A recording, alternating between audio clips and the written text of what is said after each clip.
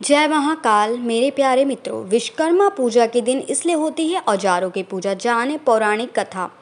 विश्वकर्मा पूजा हर साल 17 सितंबर के दिन मनाया जाता है। विश्वकर्मा पूजा का पावन पर्व हर साल उस दिन मनाया जाता है जब सूर्योदय सिंह राशि से कन्या राशि में मकर में प्रवेश करते हैं। पौराणिक कथाओं के अनुसार आज के ही दिन भगवान विश्वकर्मा का जन्म हुआ था। इस दिन भगवान विश्वकर्मा की पूजा करने का विधान है।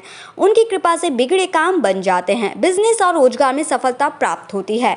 दुनिया के पहले वास्तुकार एवं इंजीनियर कहे जाने वाले विश्वकर्मा जी ने इस सृष्टि की रचना करने में परम पिता ब्रह्मा जी की सहायता की थी।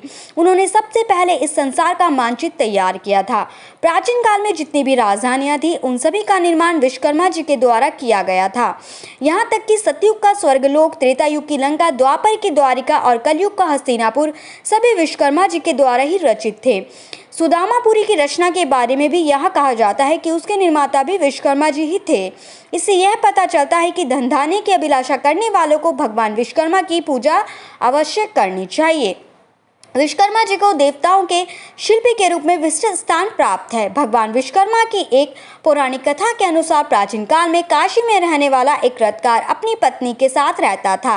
वह अपने कार्य में निपुण तो था, लेकिन स्थान स्थान पर घूमने पर भी वह भोजन से अधिक धन प्राप्त नहीं कर पाता था।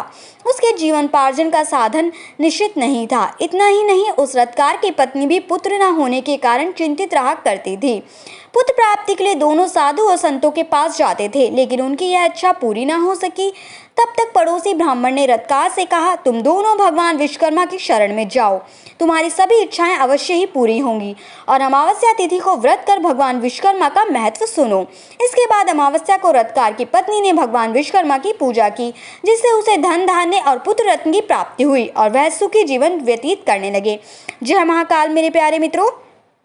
मेरे चैनल को लाइक सब्सक्राइब करना बिल्कुल ना भूलें और कमेंट में एक बार जय महाकाल जरूर लिख दें।